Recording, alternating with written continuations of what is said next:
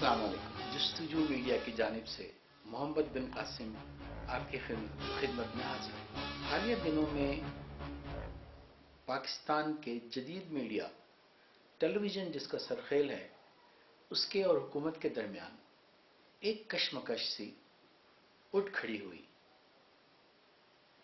اور اس کشمکش میں ناظرین نے اور عوام نے کافی لطف اٹھایا۔ سوال یہ پیدا ہوتا ہے، کیا اس جدید میڈیا میں جو بھی عناصر شامل ہیں، ٹیلی ویژن، پرنٹ میڈیا، رسالے، اخبارات، انٹرنیٹ وغیرہ، کیا ہم ان پر آنکھ بند کر کے یقین کر سکتے ہیں کہ ان کا پیغام درست اور جائز ہے، یا ہمیں چاہیے کہ ان پر ایک تنقیدی نظر بھی ڈالیں؟ لیکن فی الحال ایسا محسوس ہوتا ہے جیسے کہ حکومت یہ چاہتی ہے کہ سارے آئینے توڑ دیے جائیں تاکہ اس میں نظر آنے والے وہ خطرناک چہرے انہیں نظر نہ آئیں جنہیں دیکھ کر انہیں خود بھی خوف آتا ہے۔ گزشتہ دنوں اس ضمن میں سب سے زیادہ اہم واقعہ یہ پیش آیا کہ صدر پاکستان نے براہ راست ایک بہت بڑے میڈیا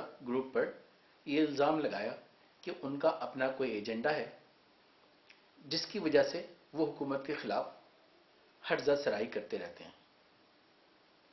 اس کا ایک جذباتی پہلو بھی ہے کہ عوام کچھ میڈیا شخصیات سے اپنے آپ کو وابستہ کر لیتے ہیں اور ان کا رویہ، سلوک یا ان کے پیغامات انہیں بہت بھاتے ہیں اور وہ انہیں بار بار ٹیلی ویژن پر دیکھنا چاہتے ہیں۔ جناب ڈاکٹر شاہد مسعود کا تعلق بھی اسی زمرے میں آنے والی شخصیات میں ہوتا ہے۔ جیسا کہ ہم جانتے ہیں کہ پاکستانی جدید میڈیا ایک تشکیلی دور سے گزر رہا ہے۔ ابھی فی الحال اس کا کردار درست طور پہ متعین نہیں ہو سکا ہے، جیسا کہ برطانیہ میں بی بی سی یا اسکائی نیوز، اور امریکہ میں C N N, M S N B C یا فاکس نیوز نے اپنا کردار متعین کیا ہوا ہے، اور ان میں سے کچھ چینل، مثال کے طور پہ فاکس نیوز، باقاعدہ ایک خاص سیاسی پارٹی کے نظریات کا پرچار کرتے ہیں۔ دور میں ٹیلی ویژن پر نظر آنے والے صحافی ایسا محسوس ہوتا ہے کہ وہ ایک سلجھے ہوئے ذہن کے مالک، مطالعے کے خگر، تحقیق کرنے والے اور اپنا پیغام ایک مؤثر انداز میں عوام تک پہنچانے والے افراد ہیں۔ ڈاکٹر شاہد مسعود 9/11 کے سہنے کے بعد، جو کہ 2001 میں امریکہ میں پیش آیا، منظر عام پر آئے۔ ڈاکٹر شاہد مسعود کا پروگرام اے آر وائی پر ویوز آن نیوز کے نام سے برسوں چلتا رہا، اور اس نے ایک ریکارڈ بھی بنایا کہ یہ اپنی قسم کا چلنے والا ایک پاکستانی طویل دورانیے کا پروگرام رہا۔ ڈاکٹر شاہد مسعود کون ہیں؟ ان کا بچپن کا ایک خاص عرصہ سعودی عرب میں گزرا، جہاں وہ طائف اور ریاض کے شہروں میں مقیم رہے۔ وہاں انہوں نے پاکستانی اسکول میں تعلیم بھی حاصل کی۔ اس کے بعد کراچی میں انہوں نے اعلیٰ تعلیم حاصل کی، اور یہ پیپلز اسٹوڈنٹس فیڈریشن، جو کہ پیپلز پارٹی کا طلباء کی تنظیم ہے، اس میں یہ شرکت کرتے رہے اور شامل رہے، اور بعد میں یہ برطانیہ اور آئرلینڈ تشریف لے گئے۔ وہاں پر انہوں نے کچھ عرصہ گزارا، اور وہاں پر انہوں نے قومی اخبار کے لیے بھی کچھ عرصے کام کیا۔ جیسا کہ ہم جانتے ہیں کہ بعد میں اے آر وائی کی مینجمنٹ سے ان کے اختلافات ہوئے، اور یہ پاکستان آئے اور انہوں نے جیو جوائن کیا، اگرچہ ان کا پروگرام دبئی سے ہی ہوتا رہا۔ ڈاکٹر شاہد مسعود جذبہ رکھنے والے شخص ہیں۔ انہوں نے قیامت کے بارے میں کچھ کتابیں بھی تحریر کی ہیں، اور اینڈ آف ٹائم کے نام سے ایک اپنا پروگرام بھی اے آر وائی سے ہی کرتے رہے۔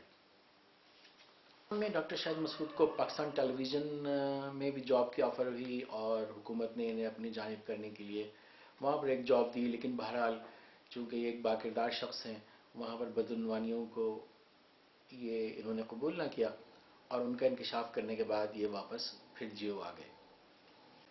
کیونکہ شاہد مسعود ایک سچے پاکستانی ڈاکٹر شاہد مسعود لگی لپٹی رکھے بغیر براہ راست بات کرنے کے عادی ہیں، اور ہم یہ کہہ سکتے ہیں کہ وہ صحافتی سفارتکاری کے داؤ پیچ نہیں کھیلتے، بلکہ اپنا پیغام براہ راست عوام کے دلوں تک پہنچاتے ہیں۔ موجودہ پاکستانی سیاسی منظرنامہ کوئی خوشائند نہیں، حکمراں پارٹی اور اپوزیشن دونوں کے درمیان ایک گٹھ جوڑ سا محسوس ہوتا ہے، اور ان کی طفلانہ چالوں سے عوام پریشان آ چکے ہیں۔ پاکستان میں ایک مؤثر اپوزیشن کے نہ ہونے کی وجہ سے تنقید کی زیادہ تر ذمہ داری پاکستانی میڈیا کے ناتواں کندھوں پر آ چکی ہے،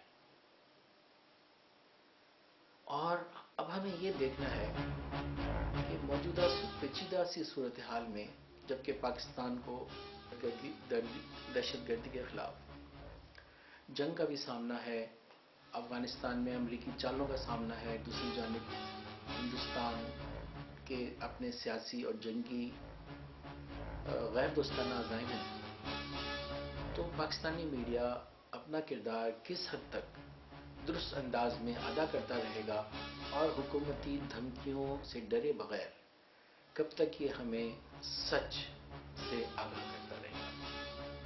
ہم بھی آپ کے ساتھ اس منظرنامے کو دیکھتے رہیں گے اور جلد ہی آپ سے اس پر مزید بات کریں گے۔ خدا حافظ۔